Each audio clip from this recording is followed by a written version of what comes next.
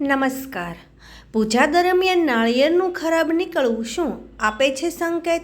નમસ્કાર મિત્રો, જય માતાજી. મિત્રો, ઘણી વખત આપણે આપણું કોઈ કામ સફળ કરવા માટે ઘણા બધા પ્રયત્નો કરતા હોઈએ છીએ, પરંતુ તે કાર્યમાં સફળતા મળતી નથી કે પછી કોઈ પણ કારણસર તે કામ આપણું અટકી પડે છે અને પૂરું થતું નથી. તેવામાં આપણે જે કોઈ પણ કુળદેવી માને પૂજતા હોઈએ કે પછી ભગવાનને પૂજતા હોઈએ, તેમને આપણે માનીએ છીએ અને તેમની પ્રાર્થના કરતા હોઈએ છીએ કે હે માતાજી ભગવાન, જો મારું આ કાર્ય સફળ થઈ જશે તો હું તમને આ પ્રમાણે માનતા કરીશ. એવામાં મિત્રો, સૌથી સરળ અને સફળ માનતા આપણે જે કોઈ પણ ઈષ્ટ દેવતાઓને શ્રદ્ધારૂપીમાં તેમને પ્રસાદમાં અર્પણ કરીએ છીએ તે વસ્તુ છે નાળિયેર.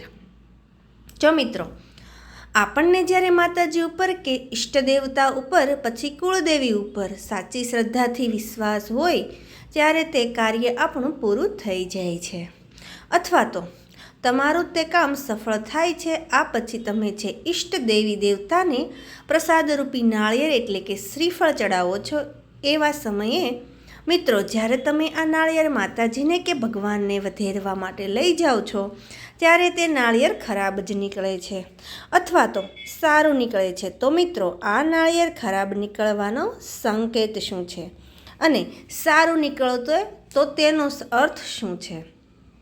તેમજ જો તમે નાળિયેર વધેરી રહ્યા છો અને તે આખું સૂકું નીકળે તો તેનો સંકેત શું દર્શાવે છે, તે વિશે આજે આપણે જાણવાના છીએ.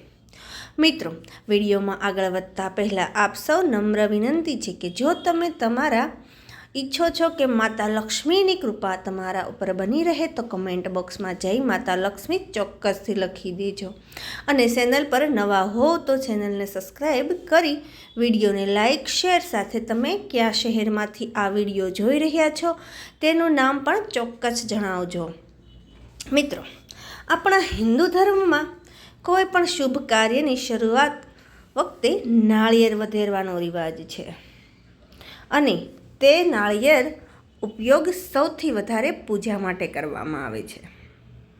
પરંતુ કેટલીક વાર આ નાળિયેરની અંદરથી ખરાબ નીકળે છે.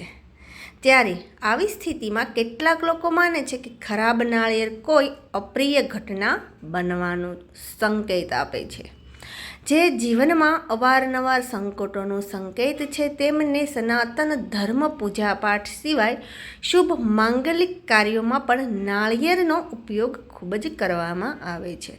એટલું જ નહીં, પણ નાળિયેરને તમામ ફળોમાં શ્રેષ્ઠ માનવામાં આવે છે અને તેથી તે શ્રીફળ પણ કહેવામાં આવે છે. મિત્રો, પૂજામાં નાળિયેર અર્પિત કે પછી તેમાં ફોડીને પ્રસાદરૂપી ખાઈએ છીએ ત્યારે ઘણીવાર એવું થાય છે કે પૂજાનું નાળિયેર ફોડતા જ તે ખરાબ નીકળે છે, જેને આપણે શુકન સાથે જોડી દઈએ છીએ.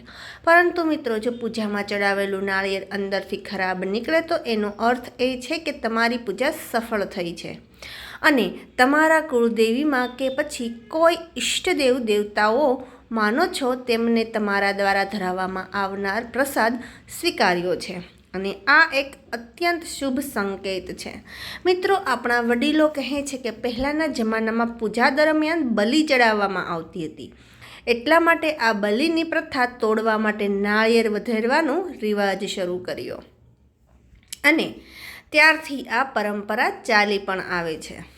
મિત્રો, નાળિયેર ખરાબ નીકળવું એ શુભ સંકેત છે તેઓ નિષ્ણાતોનું પણ માનવું છે અને તેઓનું કહેવું છે કે જો પૂજામાં ચડાવવામાં આવેલું નાળિયેર અંદરથી ખરાબ હોય તો એ એક પ્રકારનો આપણા ઈષ્ટદેવ દેવતાઓ તરફથી આપવામાં આવેલો શુભ સંકેત છે. તેઓ તમને કહેવા માગે છે કે તમારા ભક્તિથી પ્રસન્ન છે અને આ રીતે પૂજાનું બગડેલું નાળિયેર પરિવારમાં જલ્દી શુભ પરિણામ લઈને આવે છે, જેના કારણે પરિવારના સભ્યો પર સકારાત્મક અસર જોવા મળે છે અને તેમના જીવનમાં આવતા અવરોધ દૂર થાય છે.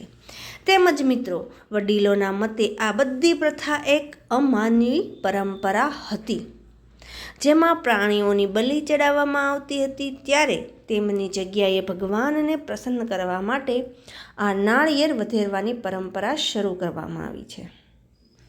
મિત્રો, આ સિવાય તમે જે નાળિયેર વધેરો છો તેનો અર્થ પણ શું થાય છે તો તમને જણાવી દઈએ કે જ્યારે આપણે નાળિયેર વધેરીએ છીએ ભગવાનને કે તમારા ઘરના દેવી દેવતાઓને અર્પણ કરીએ છીએ તો તેનો અર્થ એ છે કે આપણે આપણા અંતરિક્ષ અહંકાર અને સ્વાર્થને તેમની સામે મૂકી રહ્યા છીએ. તેમજ હવે પછી તમે જે કોઈ પણ કાર્ય કરો છો તો કોઈ પણ પ્રકારની અનીતિ નહીં કરો અને હંમેશા કોઈકના ભલાઈ માટે કામ કરશો. તેથી મિત્રો, પૂજામાં નાળિયેર ફરતા સમયે જો નાળિયેર ખરાબ નીકળે તો ગભરાશો નહીં અને આ કોઈ અશુભ ઇશારો નથી. જો કે તમે એવું માનવામાં આવે છે કે તમારા દ્વારા ધરાવવામાં આવનાર પ્રસાદને માતાજીએ ગ્રહણ કરી લીધો છે, તેથી નાળિયેર સુકાઈ ગયું હોય અથવા ખરાબ નીકળે તો કોઈ પ્રકારની ચિંતા ના કરશો. સાથે જ એમ પણ કહી શકાય કે માતાજીએ અને ભગવાને તમારી પૂજા સ્વીકારી કરી લીધી છે અને હવે તેઓ તમારી મનોકામના પૂરી પણ કરશે.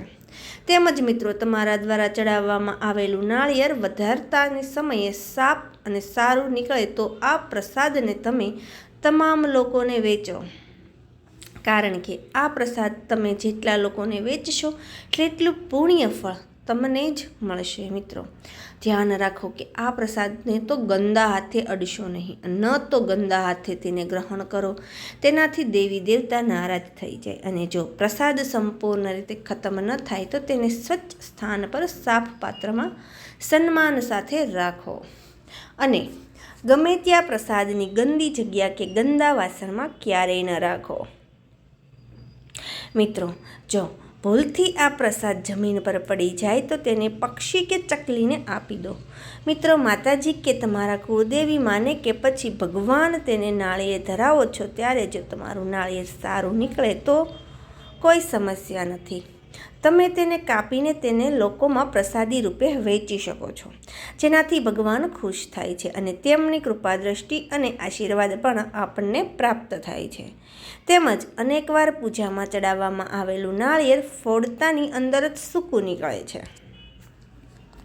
તો સમજી લેવું કે જલ્દી જ પૂજા કરનારની મનોકામના પૂર્ણ થવાની છે અને સુખદ પરિણામ મળવાનું છે.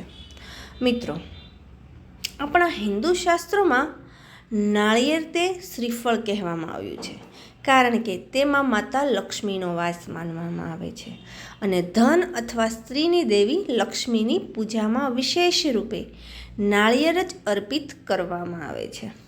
આ સાથે જ નાળિયેરને ત્રિદેવ ભગવાન બ્રહ્મા, વિષ્ણુ અને મહેશનો પણ વાસ માનવામાં આવે છે, જેથી હંમેશા જ્યારે પણ તમે નાળિયેર વધારવા માટે જાઓ છો ત્યારે કોઈ પ્રકારની ચિંતા કર્યા વગર નાળિયેરને તમારા ઈષ્ટ દેવી દેવતાઓને પ્રાર્થના કરી તેમનું સ્મરણ કરી અર્પણ કરી દેવું. આ સિવાય મિત્રો, આપણા જે વડીલો હતા અને ઘરડાઓ હતા તે આપણને એમ પણ કહેતા હતા કે જ્યારે નાળિયેર ખરાબ નીકળે ત્યારે નાળિયેર આપણા માતાજીએ સ્વીકાર કર્યો નથી, તેથી તે બીજું નાળિયેર લઈ આવો અને ફરીથી નાળિયેર માતાજીને અર્પણ કરો. અને આપણે એવું કરતા પણ હતા. મિત્રો, એવી જ રીતે જુઓ, તમને પણ શંકા થતી હોય તો તમારે પણ એક બીજું સારું લાવીને તેને વધેરી શકો છો અને પછી મનની શંકાને પણ દૂર કરી શકો છો.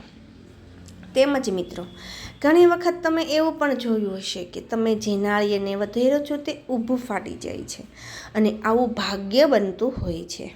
કેમ કે મિત્રો, મોટાભાગના નાળિયેર આડા જ ફાટતા હોય છે, પરંતુ અમુક નસીબદાર વ્યક્તિના હાથે જ ઊભું નાળિયેર ફાટે છે. તો આ એક ખૂબ જ શુભ સંકેત માનવામાં આવે છે કે અને આ સંકેત દર્શાવે છે કે તમારી મનોકામના ટૂંક જ સમયમાં પૂરી થવાની છે.